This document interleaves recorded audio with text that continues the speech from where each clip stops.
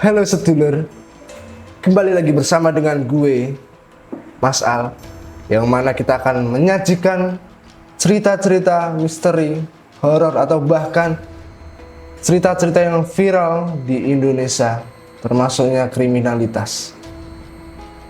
Mungkin buat kalian-kalian yang masih belum subscribe, ayo tolong di subscribe guys, biar Mas Al tambah semangat yang memajukan Indonesia dengan kisah-kisah misterinya yang akan saya ungkapkan ke seluruh dunia. Jadi buat kalian, let's go. Baru saja ya sedulur, kita baru mengawali 2024, tapi kita sudah digemparkan dengan kasus yang sangat fenomenal yang terjadi di Indonesia. Di mana kasus ini sangat meresahkan, apalagi buat gue ya. Gue sangat kesel, bahkan rasanya pengen tak. Jadi, kasus ini pun sempat viral di media sosial, di mana kasus tersebut adalah kasus pembunuhan. Ya mungkin kalian mesti ada yang sudah tahu lah ya, siapa yang membunuh, pasti kalian tahu. Ya, kasusnya Junaedi, di mana Junaedi adalah seorang remaja yang melakukan pembunuhan, membunuh satu keluarga, di mana sepasang suami istri dan 3 orang anak yang masih kecil-kecil. Coba kalian bayangkan, sedulur, nyawa itu bukan mainan. Kalau mainan mah tinggal di restart, main ulang, hidup lagi kayak GTA, tinggal di cheat. Ini nyawa, cok. Bayangkan betapa kejamnya yang dilakukan oleh Junaedi ini.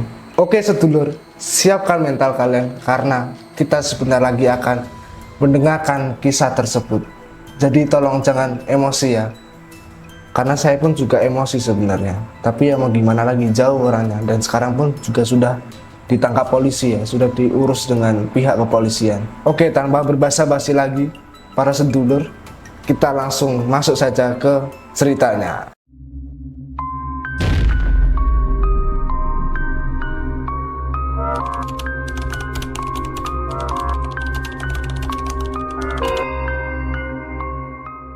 Sedulur, menurut beberapa surat media, kejadian pembunuhan ini terjadi di Desa Babulu Laut, Kecamatan Babulu, Kabupaten Penajam Pasar Utara, Kalimantan Timur.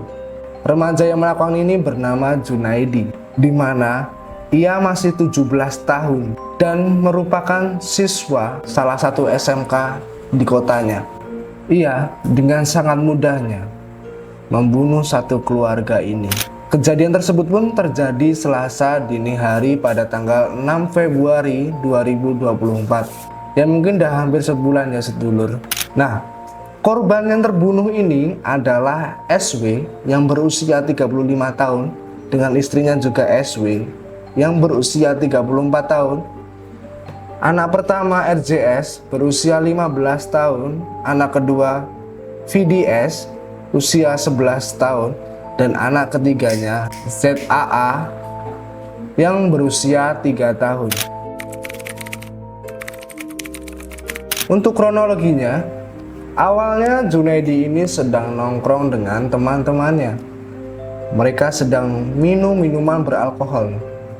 Bahkan ini membuat Junaedi sampai mabuk berat ya sedulur. Karena kondisi Junaedi yang sudah mabuk berat, akhirnya ia meminta bantuan kepada temannya untuk mengantarkan pulang. Tetapi bukannya malah balik pulang terus tidur, ia malah memutar badannya atau membalikkan badannya menuju suatu rumah yang ada di dekatnya. Entah saat itu apa yang sedang dipikirkan oleh si Junaedi ini. Ketika ia menuju suatu rumah, di mana rumah itu adalah rumah korban, ia membawa sebuah parang. Sesampainya di depan rumah korban, ia pun mematikan sekring lampu terlebih dahulu. Kemudian ia mencoba masuk dengan paksa. Akhirnya ia pun berhasil masuk ke dalam rumahnya dengan kondisi gelap. Tetapi ia tidak langsung melakukan aksinya ya sedulur. Ia malah nongkrong duduk di ruang tamu.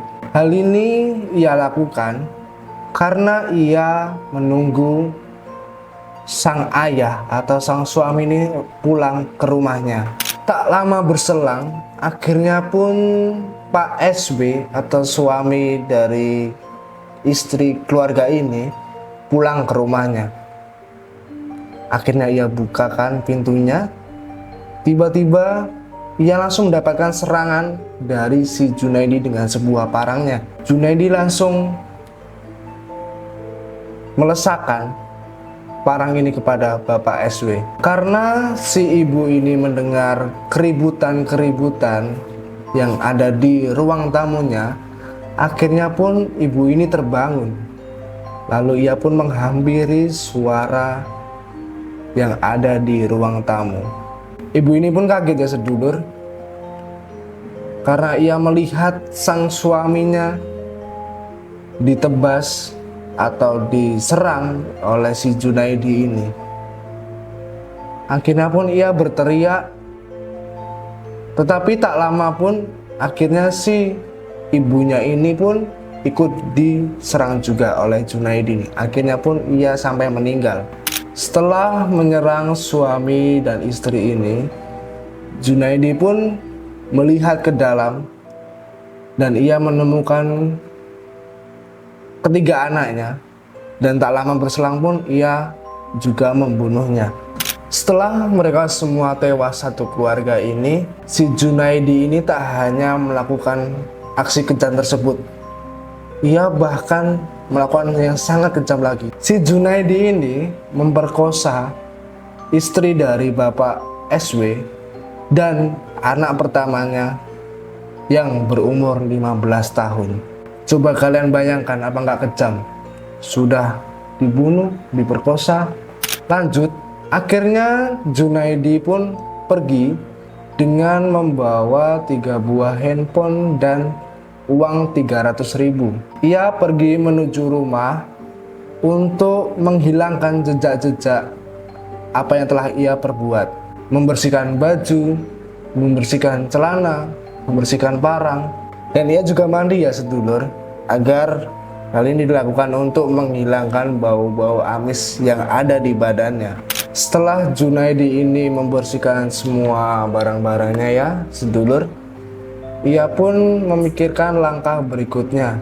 Ia berpikir panjang agar aksinya ini tidak diketahui oleh warga sekitar.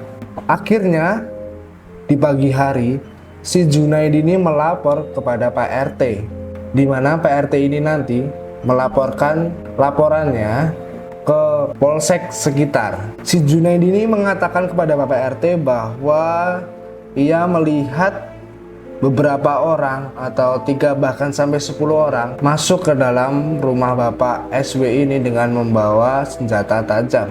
Akhirnya polisi pun datang, dan setelah melakukan investigasi, Pak polisi ini menemukan 5 jasad, yaitu ya suami istri tadi dan ketiga anaknya. Tetapi apa yang ditemukan Pak polisi di olah TKP ini ternyata berbeda dengan apa yang dilaporkan. Akhirnya polisi curiga dengan si Junaidi, dan akhirnya pun juga si Junaidi ditangkap hingga kasus ini selesai. Saat itu Junaidi sempat tidak terima karena ia merasa, aku yang melapor kok malah aku yang ditangkap. Setelah penangkapan Junaidi, Pak polisi ini melakukan investigasi lanjutan. Mereka menelusuri rumah Junaidi dan akhirnya polisi menemukan ada rendaman baju yang berlumuran darah di belakang rumah Junaidi. Dengan barang bukti yang ada, polisi menginterogasi Junaidi dan benar, akhirnya Junaidi pun mengakui kesalahannya tersebut. Dari beberapa rumor yang beredar di sekitar, ada yang mengatakan kalau kejadian tersebut karena hubungan yang tidak direstui oleh orang tuanya. Karena sebelumnya Junaidi ini pun pernah berpacaran dengan anak pertamanya dari Bapak SW. Tapi Junaidi ini pun langsung membantahnya. Junaidi ini pun mengatakan kalau dia hanya kesal dengan suaminya atau Bapak SW karena sesuatu. Tapi ia juga sempat mengatakan kalau ia punya hutang yang mau dibayarkan, sehingga ia pun nekat untuk melakukan pencurian dan akhirnya pun sampai membunuhnya. Menurut kilas.com, Junaidi terancam pasal 340 KUHP tentang pembunuhan berencana dengan ancaman hukuman mati atau penjara seumur hidup. Nah, sedulur, ternyata ada fakta menarik di balik kasusnya Junaidi ini. Ternyata Junaidi ini adalah seorang wibu, teman-teman. Junaidi ini adalah wibu garis keras. Bahkan ini mungkin menjadi salah satu faktor ia melakukan kejahatan yang sangat kejam. Buat kalian yang belum tahu apa itu wibu, mungkin kalian bisa cari tahu ya apa itu wibu. Karena sebenarnya tanpa harus kalian cari apa arti wibu, harusnya tahulah apa itu wibu. Mengapa gue bisa mengatakan hal itu? Karena di media sosialnya Junaidi, yaitu itulah pokoknya, postingan-postingan atau mungkin foto profilnya atau foto sampulnya itu bergambarkan anime. Dia sangat menyukai genre anime hentai, ecchi, romance, action hingga psikologikal. Nah, salah satu anime favoritnya adalah Boku no Pico, dan kemudian ada School Day, dan yang terakhir adalah Yosugi no Sara. Mungkin buat kalian para sedulur yang penasaran dengan anime ini, mungkin kalian bisa tonton ya apa genrenya dan apa isinya, sehingga si Junaidi ini pun terobsesi. Dia bahkan pernah berhayal kalau dia mati, dia pingin jadi isekai. Mungkin dari fakta tersebut ini bisa menjadi salah satu alasan dia melakukan hal yang keji, karena dia memiliki fantasi yang sangat berlebihan dan mempraktekannya di dunia nyata. Tetapi mungkin buat para teman-teman yang suka dengan anime atau mungkin menganggap dirinya adalah wibu, pasti kalian juga tidak terima kalau ia wibu, ya kan? Nah, jadi itu ya para sedulur terkait kasus pembunuhan yang dilakukan oleh remaja yang membunuh satu keluarga. Semoga ini semua menjadi pembelajaran untuk kita semua, agar kita pun bisa berpikir lebih kritis, kita bisa berpikir terlebih dahulu sebelum bertindak, agar kita pun tidak menyesali di kemudian harinya. Dan kita doakan ya sedulur-sedulur buat para korban, semoga para korban ini diterima di sisi Tuhan dan bisa berbahagia di sana. Dan mungkin buat para kerabat atau saudara bisa lebih dilapangkan dadanya, biar lebih ikhlas menerima kenyataan, dan semoga diberikan rezeki yang melimpah. Oh ya, buat kalian para sedulur yang masih belum subscribe channel ini, silahkan di subscribe terlebih dahulu. Dan mungkin buat kalian yang masih belum like dan share, di like dan share sekarang. Dan jangan lupa dibunyikan tombol notifikasinya, mak, kling. Karena dengan tombol notifikasi itu kalian bisa memperoleh updatean terbaru dari video Mas Al. Oke para sedulur, sekian dari gue. Saya ucapkan terima kasih ya buat kalian yang sudah menonton. Bingung guys, mau ngomong apa? Yes, Mas, ngono lah. Wes ramo ya. Yes. Sampai jumpa pokoknya. See you.